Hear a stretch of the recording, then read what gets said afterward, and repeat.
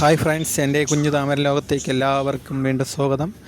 ഇതിപ്പം നമ്മൾ താമര നട്ട് കൂടിപ്പോയ ഒരു 1.5 ആഴ്ച. കാര്യം നമ്മൾ ഈ 2 ദിവസം 3 ദിവസം ഗ്യാപ്പ് വിട്ടാണ് ഇതെല്ലാം ഒന്ന് സെറ്റ് ചെയ്തത്.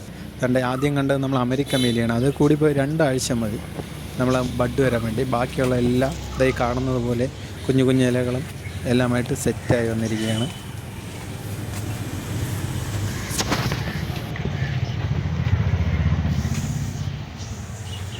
ഇനി ഈ കാണുന്ന ഒരു 3-4 വെറൈറ്റിയും കൂടെ ഉള്ളൂ. കാര്യം 3 ദിവസമൊക്കെ വിട്ട് എല്ലാം സെറ്റ് ചെയ്ത് തൈ കാണുന്ന കർണയും കൂടെ ഇനി നമുക്ക് റീപ്പോർട്ട് ചെയ്യാനുള്ളൂ.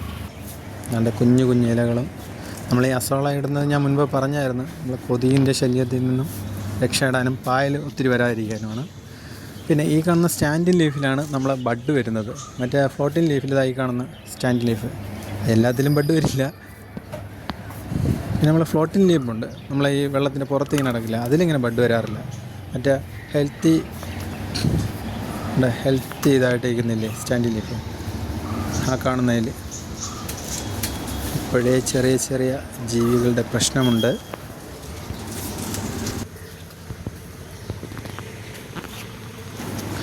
ഇനി നമുക്ക് ഈ കാണുന്ന കുറച്ച് ആമ്പലുകളെ സെറ്റ് ചെയ്യാനുള്ളൂ.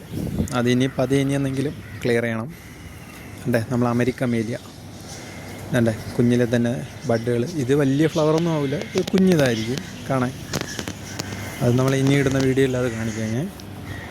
ഇതിൽ തന്നെ ഒത്തിരി ബഡുകൾ കൂടി പെട്ടെന്ന് നമുക്ക് ഏത് കാലാവസ്ഥയിലും നന്നായി പൂക്കൾ തരുന്നതിനാണ് അമേരിക്കൻ മേലിയ. അങ്ങനെ കുറേശ്ശെയായിട്ട് ഏകദേശം ഉള്ളത് റെഡി ആയിട്ടുണ്ട്. ഇനിയെല്ലാം ഒന്ന് ഹെൽത്തി ആയിട്ട് വരണം. ഇതെല്ലാം നമ്മളെ കമേലിയാണ്.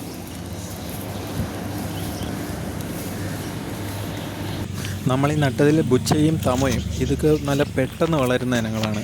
അപ്പം ഇനി ഒരു 2 ആഴ്ചയും കൂടെ കഴിയുമ്പം നിങ്ങൾ ഈ കാണുന്നതിൽ ആദ്യം നട്ടതിനേക്കാളും പിന്നെ നട്ട അതായിരിക്കും ഒത്തിരി ഹെൽത്തിയായി വലുതായിട്ട് വളർന്നിരിക്കുന്നത്.